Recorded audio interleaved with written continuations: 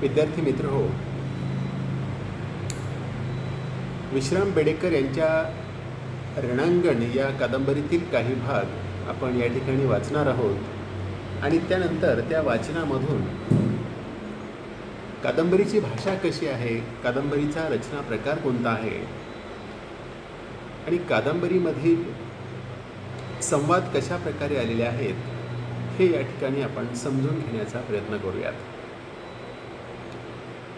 उठायची इच्छा होईना इतकेच नव्हे, मुंबई आली, सगळ्यांना आनंद झाला, पण मला वाईट वाटले.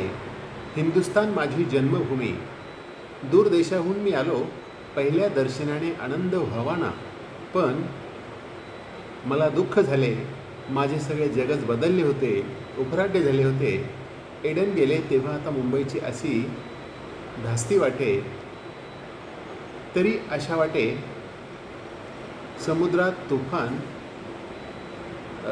तुफान होते, तेव्हा विचारी हे वाढले तर बरे.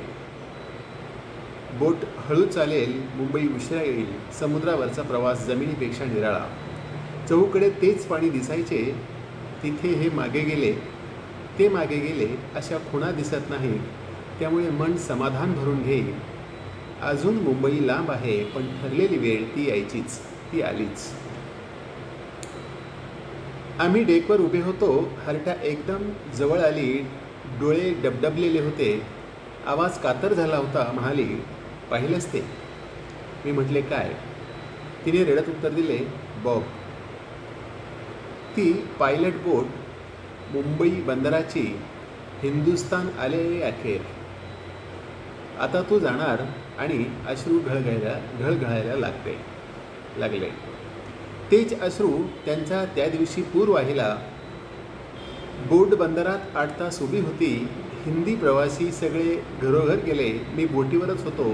सुटायच्या पूर्वी अर्धा तास आधी उतरलो, तरी पाय मागे ओढत बोटीवरची वर्दळ थांबली. दुपारी नव्या प्रवाशाची धांदल सुरू झाली. मला त्यांची दखल नव्हती. धक्क्यावर आलो. डेकसमोर उभा राहिलो. क्रेन्स सामान चढवीत होत्या. खालच्या मजल्यावर अन्नाचा साठा चढत होता. मधल्या डेकवर प्रवाशांचे सामान चढत होते.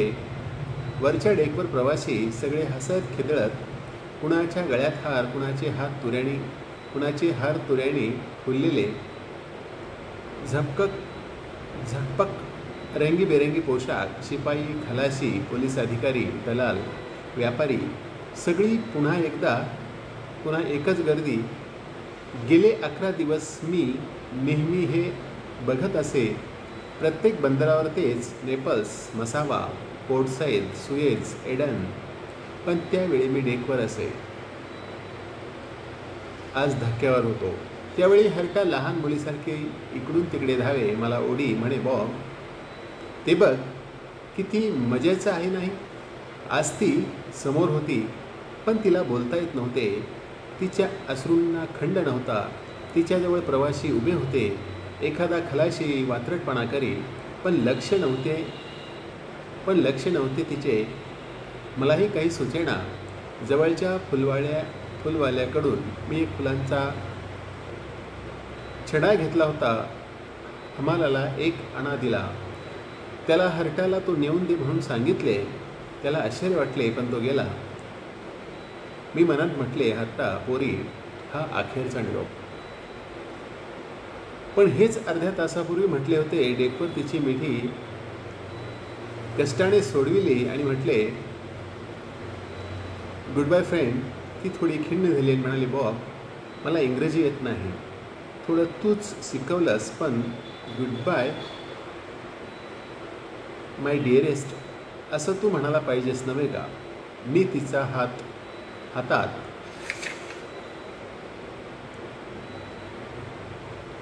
घेतला आणि म्हटले, तू शांघायला गेलीस म्हणजे तुला कळेल, मैत्रीच फक्त उरली आहे.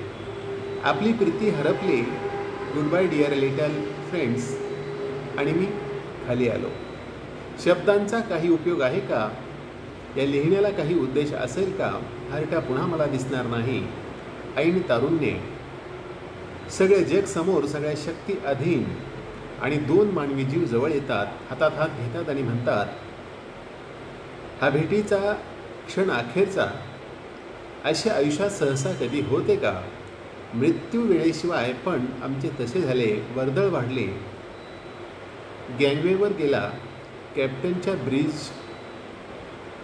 कॅप्टनच्या ब्रिजवरून सिट्या, बोटीचे करणे, खलाशांच्या आरोळ्या, नांगराची प्रचंड घरघर, बंदरावरच्या लोखंडी खांबांना बांधलेले बोटीचे दोर होते ते सैल सुटले, पाण्यात पडले. त्याचा सपसप आवाज होऊ लागला. विविध आवाजांच्या प्रचंड कोलाहलात बंदर बुडून गेले. बँडचा सुस्वर ध्वनी उमटला. प्रवाशांचे पुन्हा रुमालाने तोरणे, निशाणे, बोटीवरून धक्क्यावर टेकलेले हातोरे, त्यांचा वर्षाव, डोळ्यात अश्रू आणि हसऱ्या चेहऱ्यांचे निरोप.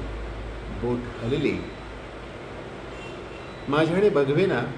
त्या कोलाहलाने हृदय गुदमधून गेले. बिचारी, गरीब बिचारी हरटा.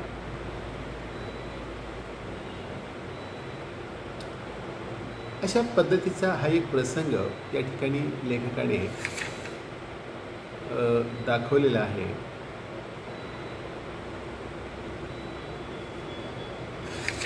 बाकीचं आपण नंतर बघू. धन्यवाद.